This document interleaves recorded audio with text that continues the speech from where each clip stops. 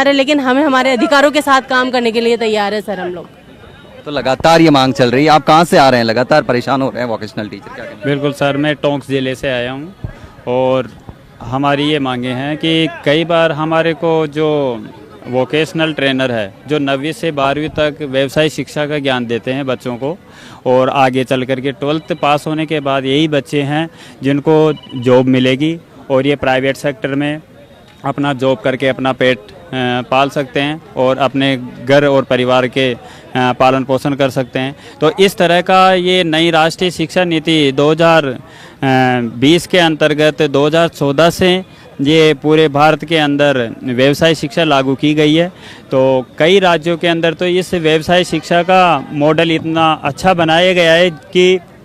कि वो एक तरह से पूरे भारत के अंदर रोल मॉडल बने हैं। जैसे हरियाणा हुआ, छत्तीसगढ़ हुआ, जम्मू कश्मीर हुआ और असम हुआ। तो इन सब में मातृत्व अवकाश भी मिलता है और चिकित्सकीय अवकाश भी मिलता है और ये सारी चीज़ें ये वोकेशनल ट्रेनर को दी जाती है। लेकिन कई जगह हमारे राजस्थान के अंदर भी डबल इंजन की सरकार होने के बावजूद और नरेंद्र मोदी जी का सपना स्किल कोर्स से बच्चों को स्किल्ड करने का जो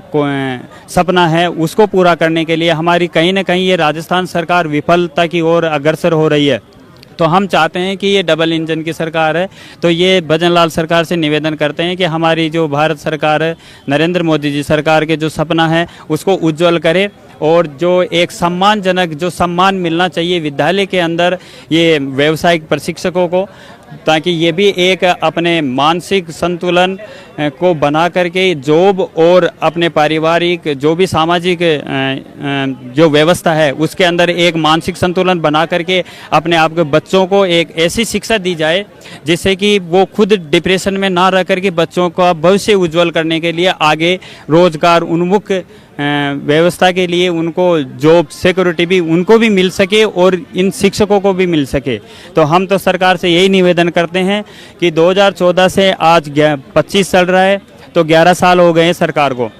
और हम यही चाहते हैं कि सरकार ऐसा डिसीजन ले हमारे लिए कि राजस्थान अपितु हरियाणा मॉडल ही नहीं, राजस्थान का मॉडल पूरे भारत के अंदर लागू होने की जो एक रोल मॉडल बने। और राजस्थान सरकार डबल इंजन की सरकार है जिसके माध्यम से और लोग इनसे सीख ले सके कि व्यवसायिक प्रशिक्षकों के लिए ये सरकार क्या कर सकती है, क्या नहीं कर सकती है। क्योंकि भारत सरकार की कई योजनाएं हैं, जैसे कि जो स्किल डेवलपमेंट के कोर्स से अलग अलग टेंडर प्रक्रिया के माध्यम से 6-6 महीने के कई सारे कोर्स करवाए जा रहे हैं भारत सरकार के द्वारा। उनके अलग भी बजट दिए जाते हैं जो स्कूल व्यवस्था से अलग होकर के भी दिए जाते हैं, जैसे कि सिलाई मशीन करना जो हम सब जानते हैं, जैसे कि GDA का कोर्स है जो अलग से 6 महीने 8 महीने का है, इसके लिए भी अलग से बजट दिया जाता है। एक सेंटर को जब इस तरह के बजट दिए जाते हैं तो इसके अंदर काफ़ी अच्छा बजट दिया जाता है, तो वो व्यवस्था इस तरह से की जाती है। लेकिन जब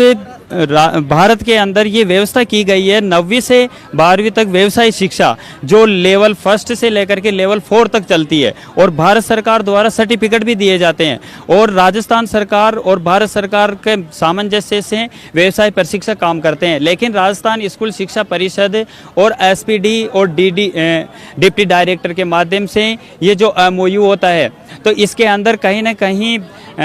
सैलरी का मैटर आता है जिससे कि व्यवसाय प्रशिक्षकों का शोषण किया जाता है और समय पे वेतनमान नहीं दिया जाता है। और समय पे वेतनमान एक दिन का भी अगर किसी भी सरकारी कर्मचारी का नहीं दिया जाता है तो धरने प्रदर्शन हो जाते हैं। और हम ये चाहते हैं कि हमारा कई दिनों से यानी कि 12-12, 18-18 महीने से सैलरी नहीं देना एक मानसिक संतुलन का कारण बनता जा रहा है। ऐसे ही हमारे जो व्यवसाय प्रशिक्षक है बहुत सारे जो मानसिक संतुलन से पीड़ित हो गए हैं आर्थिक स्थिति को लेकर के, तो वो सुसाइड अटेम्प्ट करने की भी कोशिश की कई बार उन्होंने। और इसमें सबसे ज्यादा रेशियो आया है तो महिला साथियों का आया है, क्योंकि इनको पारिवारिक स्थिति को भी संभालना पड़ता है, अपने बच्चों को संभालना पड़ता है और ऊपर से प्रेशर स्कूल का प्रेशर होता है और बच्चों को एजुकेशन में अपना सिलेबस कंप्लीट करना भी होता है। तो ऐसी स्थिति होने के बावजूद कहां तक अगर आर्थिक स्थिति उनके सामने सबसे बड़ी चुनौती बनती है तो ये कहीं ना कहीं एक सुसाइड अटेम्प्ट का बहुत बड़ा कारण है जो सामाजिक दृष्टि के रूप में ये कहीं ना कहीं हमारे समाज को धूमिल करता है और सुसाइड अटेम्प्ट की तरफ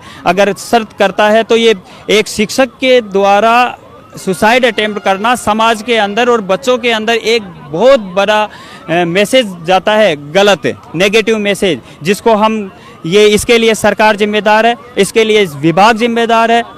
और इसके लिए और कई बार क्या है, व्यवसाय प्रशिक्षकों से जो काम करवाया जाता है ना, तो वो सरकार कंपनियां सरकारी अधिकारी के माध्यम से करवाई जाती है। जैसे कि प्रोग्राम ऑफिसर होता है, एक प्रोग्राम ऑफिसर नियुक्त किया जाता है हर जिले के अंदर, तो उसके द्वारा आदेश दिया जाता है और व्यवसाय प्रशिक्षक को झक मार करके ये काम करना पड़ता है। अगर नहीं करता है तो ऊपर से ऑर्डर दिया जाता है कि ये काम क्यों नहीं किया गया, जबकि इसमें कंपनी का कोई रोल नहीं होता है। कंपनी सरकारी अधिकारियों की सांठगांठ के माध्यम से व्यवसाय प्रशिक्षकों पर मानसिक रूप से दबाव बना करके उनसे काम करवाया जाता है, तो ये काम उनको मजबूरन करना पड़ता है। दूसरी तरफ से कंपनियां ये कहती है कि अगर तुम समय पे काम नहीं करते हो तो तुम्हारे को हम बाहर निकाल देंगे और तुम्हारी जगह दूसरे को नियुक्त कर देंगे। और कई बार ऐसी स्थितियां क्रिएट होती है कि व्यवसाय प्रशिक्षक अपनी जो बात है वो कहीं पे भी नहीं कह पाता है। हमने राजस्थान स्कूल शिक्षा परिषद में कई बार ज्ञापन दिए, भजन लाल सरकार को भी कई बार ज्ञापन दिए, जन सुनवाई के अंदर भी गए, और हम यहाँ के जो सुधांशु जी हैं तो उनके पास भी हम गए और उनको भी हमने ये ज्ञापन दिए। तो कई बार हमें आश्वासन ही मिला है, शिक्षा मंत्री से कई बार मिले हैं, अभी कल ही शिक्षा मंत्री जी से भी मिले हैं, लेकिन उनके द्वारा भी कई बार हमारी बातों को सुनने के बाद भी ये कहा जाता है कि हमें तो इस चीज़ का ज्ञान ही नहीं है। जब उच्च पद पे जनता के द्वारा चुने हुए व्यक्ति उच्च पद पर जाकर के अगर उनके बाद जनता अपना समस्याएं बताती है तो वो ये कहती हैं कि हमें तो इन चीज़ का पता ही नहीं है, तो ये कहीं ना कहीं या तो उनके ज्ञान की कमी है, या कहीं ना कहीं सिस्टम की कमी है, या कहीं ना कहीं उन जो उच्च अधिकारी होते हैं जैसे मुख्यमंत्री जी हो गए, कैबिनेट मिनिस्टर हो गए, शिक्षा मंत्री जी हो गए, तो उनके पास उनका कहीं ना कहीं पर्दा रखा हुआ है जो ताकि ये बात आगे नहीं पहुंच पाए। तो मैं तो सरकार से विनम्र निवेदन करता हूं कि ये 11 साल से ये जो दास प्रथा है, ठेका प्रथा है, जो MOU होता है, तो इसको खत्म करके हमारे जो व्यवसाय प्रशिक्षकों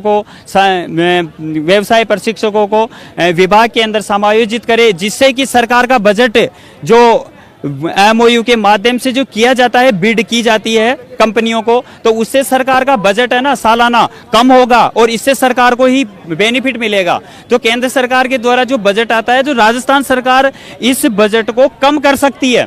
यानी कि इन कंपनियों को हटा करके। और ये जो बजट का जो रेशियो है, कई बार बजट का बताते हैं ना कि ये हमारे पास बजट नहीं है, तो बजट का मैं कह रहा हूं कि ये आधा बजट कम हो जाएगा। जैसे करोड़ों पास करते हैं बिड जारी करने के लिए, तो उसका आधा बजट, क्योंकि डायरेक्ट व्यवसाय प्रशिक्षक के पास पेमेंट मिलेगा, वो क्यों मिलेगा, कैसे मिलेगा, वो सिस्टम के माध्यम से मिलेगा, और सिस्टम के माध्यम से मिलेगा तो समय पे वेतनमान मिलेगा, और वेतनमान समय से मिलेगा तो इससे कि मानसिक संतुलन, आर्थिक स्थिति को लेकर के व्यवसाय प्रशिक्षक मानसिक संतुलन से कम होंगे, और एक समाज के अंदर और स्कूल के अंदर जो व्यवस्था है उसको बहुत अच्छे तरीके से अपने सब्जेक्ट को सिलेबस के माध्यम से करवा करके एक सकारात्मक एजुकेशन दे करके और बच्चों को एक सुदृढ़ समाज के अंदर व्यवसाय के ज्ञान दे करके समाज के अंदर कहीं पे भी किसी भी संस्था के अंदर अगर वो बच्चा काम करेगा तो स्कूल का नाम होगा, सरकार का नाम होगा। और मोदी सरकार की जो योजना है स्किल डेवलपमेंट, यानी कि पूरे भारत को स्किल्ड बनाना बच्चों को, ताकि कोई बेरोजगार नहीं रहे, तो ये सपना मैं समझ सकता हूँ, जहाँ तक मेरी समझ है कि ये सपना इतना शीघ्र तरीके से संपन्न होगा, क्योंकि सरकार का आगे का प्रोजेक्ट ये भी है कि 6 से 8 तक भी व्यवसाय शिक्षा लागू करने का प्रस्तावित है। और अभी ये प्रस्ताव जारी नहीं हुआ है, लेकिन ये करना है, क्योंकि एक ही विद्यालय के अंदर 6 से 8 तक व्यवसाय शिक्षा लागू करना, फिर 9 से लेकर के 12th तक, तो ये चरणबद्ध तरीके से जो लेवल होते हैं बच्चों के, तो ये व्यवसाय शिक्षा का जो लेवल है, तो इससे कहीं ना कहीं व्यवसाय शिक्षा को लेकर के बच्चों के अंदर एक बिल्कुल एक बहुत अच्छा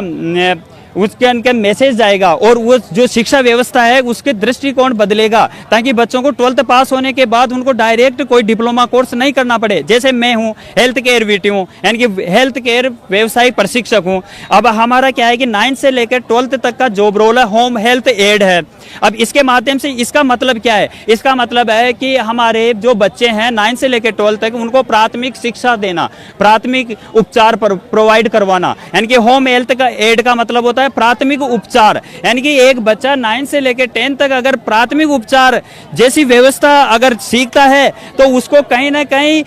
हॉस्पिटल का सामना नहीं करना पड़ेगा, क्योंकि केंद्र सरकार के द्वारा एक किट मिलता है और उस किट के माध्यम से वो प्राथमिक उपचार आराम से करने में सफल होगा। क्योंकि वो इसलिए करेगा क्योंकि उसका जो शिक्षक है उसको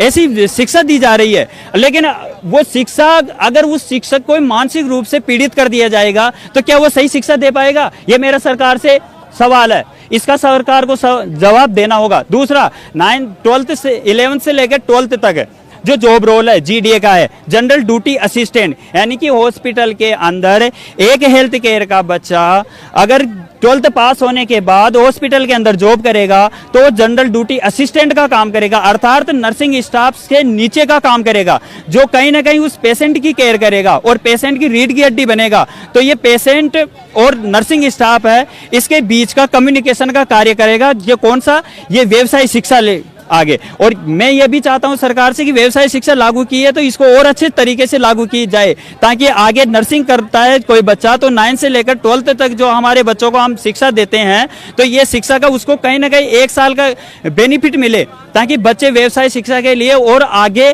रुचि लेकर के इस व्यवस्था को पढ़े। और ये जो व्यवसाय शिक्षा विषय है तो ये एक ऐसा विषय है जिसके अंदर परसेंटेज बनने का भी बहुत अच्छा, यानी कि बहुत अच्छा है। तो इसलिए मैं सरकार से निवेदन करूंगा कि व्यवसाय शिक्षा